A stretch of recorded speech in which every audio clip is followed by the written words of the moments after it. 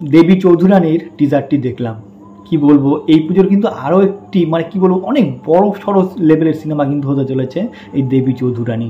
মানে এই পুজো যে কী হতে চলেছে, মানে একটার পর একটা, যেমন হচ্ছে রক্তবিষ্টু থেকে শুরু করে রঘু ডাকাত থেকে শুরু করে আবার এই যে দেবী চৌধুরানী, মানে এই পুজোয় মানুষ কোন সিনেমাটি ছেড়ে কোন সিনেমাটি দেখবে মানে জাস্ট ভাবাই যাচ্ছে না, এত বড় বড় লেভেলের সিনেমা। মানে আমি কিন্তু ছোটোবেলা থেকে এই রকম ফাইট কিন্তু আমি কোনোদিন দেখিনি।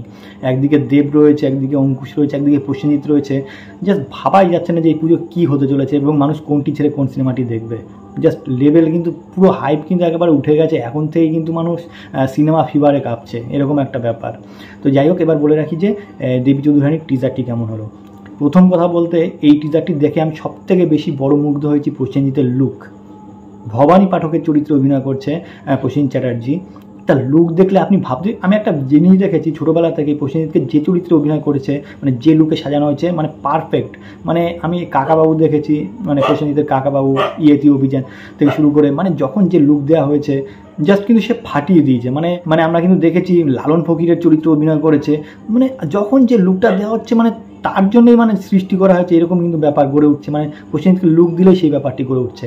তো আপনি যখন এই টিজারটি দেখবেন, ভবানী পাঠক চরিত্রে অভিনয় করছে প্রসেনজিৎ, যখন দেখবেন যে ভবানী পাঠক যেন মনে হবে যেন আপনার চোখের সামনে দাঁড়িয়ে রয়েছে, এমন লুক তাকে মানিয়েছে এবং তাকে দেখতে এতটাই মানে সুন্দর লাগছে। এবং সবথেকে বড় কথা হচ্ছে প্রসেনজিৎকে যা মানিয়েছে, তো একটা একদিকে রাখলাম, মানে তার যে অভিনয়, তার যে স্কিল, মানে পুরো সিনেমা কিন্তু একাই কভার করে ফেলবে, এটি কিন্তু মানে টিজার দেখে একদম স্পষ্ট হয়ে যাচ্ছে। পাশাপাশি দেবী চৌধুরানী হিসাবে শ্রাবন্তীকে তো মানিয়েছে, মানে ভালোই মানিয়েছে, একেবারেই খারাপ বলবো না, কিন্তু মানে প্রসেনজিৎ যেন আরও সেটিকে আরও মানে কি বলবো আগুনে তাতিয়ে আরও বেশি করে কিন্তু মানে লোহাকে তাপ দিয়ে যেমন জ্বলন্ত তলোয়ার করা যায় সেরকমই কিন্তু রূপ দিয়েছে প্রসেনজিৎ। কিন্তু সেই ব্যাকগ্রাউন্ডটা ধরে রেখেছে, ব্যাকগ্রাউন্ডের থেকে কিন্তু সেইটাই কিন্তু শ্রাবন্তীকে প্রেজেন্ট করেছে মানে সিনেমার পর্দায়, এরকম কিন্তু বোঝাই যাচ্ছে। টিজারটি যখন দেখবেন, মানে লিঙ্ক দিয়ে দেবো, আপনারা দেখে নেবেন, পুরো কিন্তু আরও ভালোভাবে স্পষ্ট হয়ে যাবে। এবার বলে রাখি যে মূল থিম কী, মূল গল্প কী। আপনারা প্রত্যেকেই জানেন যে দেবী চৌধুরানীর গল্প কী। প্রফুল্ল ছিল কিন্তু একজন পিতৃহীন ব্রাহ্মণ কন্যা এবং তার বিয়ে একটি পরিবারে, কিন্তু সেখানে তার শ্বশুরমশাই বলে মানে বাগদি অপবাদ দেয় এবং তাকে কিন্তু শ্বশুরবাড়ি থেকে তাড়িয়ে দেয়। এবার সে দুঃখে কষ্টে কিন্তু জঙ্গলে চলে যায়, বনে চলে যায়, এবং সেই জঙ্গলেই কিন্তু ডাকাত সর্দার, মানে সেই সময়ের সব থেকে বড় ডাকাত যে ভবানী পাঠক ছিলেন, সেই ভবানী পাঠকের কাছেই গিয়ে কিন্তু পড়ে প্রফুল্ল, অর্থাৎ শ্রাবন্তী চ্যাটার্জি।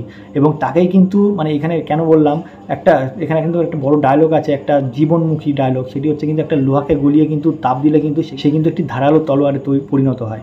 তো সেই রকমই কিন্তু শ্রাবন্তী একদম সাদা, মানে একদম কী বলবো, একদম মাটির মানুষ ছিল। সেই জায়গায় দাঁড়িয়ে কিন্তু মানে তার মধ্যে যে দুঃখ ছিল, কষ্ট ছিল, সেটি কিন্তু আরও বেশি তাপ দিয়ে কিন্তু একজন হিংস্র নারী করে তুলেছে হচ্ছে প্রসেনজিৎ চট্টোপাধ্যায়। প্রফুল্ল থেকে কিন্তু দেবী চৌধুরানী বানিয়ে ফেলে, মানে ডাকাত দলের সর্দারিনী বানিয়ে ফেলে হচ্ছে শ্রাবন্তীকে। তো সেই জায়গায় দাঁড়িয়ে কিন্তু এখানে নাম হয় হচ্ছে দেবী চৌধুরানী, এবং সেখান থেকেই কিন্তু সারা বাংলায় ছড়িয়ে পড়ে হচ্ছে দেবী চৌধুরানীর নাম।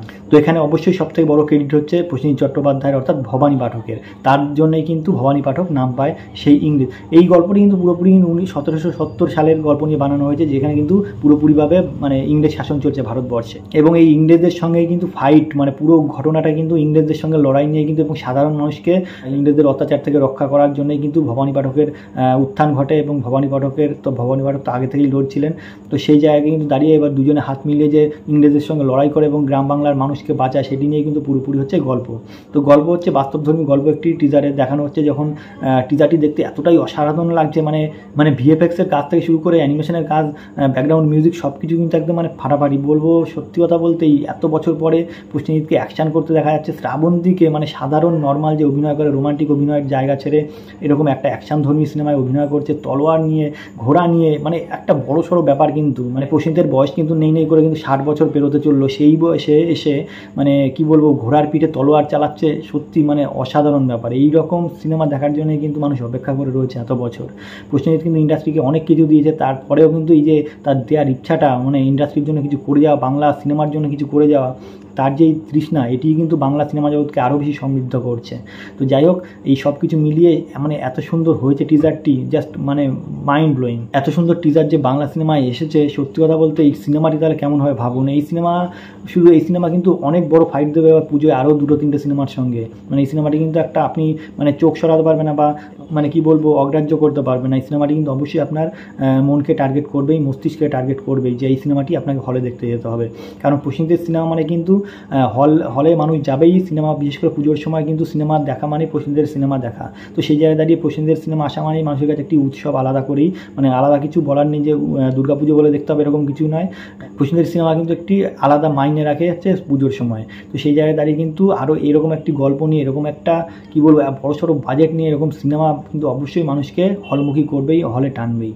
তো সব কিছু মিলে এর আগে কিন্তু আমরা জানি ভবানী পাঠকের গল্প কী বা দেবী চৌধুরানীর গল্প কী। আমরা ইতিহাস পড়েও আমরা জানি যে ইতিহাসে আমরা যখন পড়তাম ইতিহাস বই থেকেও কিন্তু আমরা অনেক কিছু জেনেছি। সেই জায়গায় কিন্তু আমাদের একটা দেখার ইচ্ছা কিন্তু ছোটোবেলা থেকেই, যেটি বাস্তবে কেমন রূপ পেতে পারে সেটি কিন্তু আমাদের স্বপ্ন পূরণ হতে চলেছে, সেটি কিন্তু সিনেমার পর্দায় আমরা দেখতে চলেছি।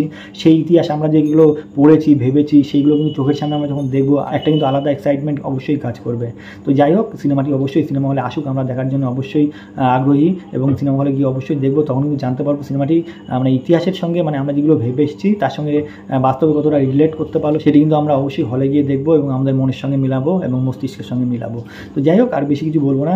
আমার কিন্তু টিজারটি দেখে কিন্তু একটা আলাদাই মানে কি বলবো তৃপ্তি পেয়েছি। আপনারা কেমন লাগলো অবশ্যই জানাবেন কমেন্টস করে। আর বেশি কিছু বলবো না, ভিডিওটি এখানে শেষ করলাম। ভিডিওটি যদি ভালো লাগে অবশ্যই লাইক, কমেন্ট এবং শেয়ার করবেন এবং অবশ্যই সাবস্ক্রাইব করবেন। নমস্কার।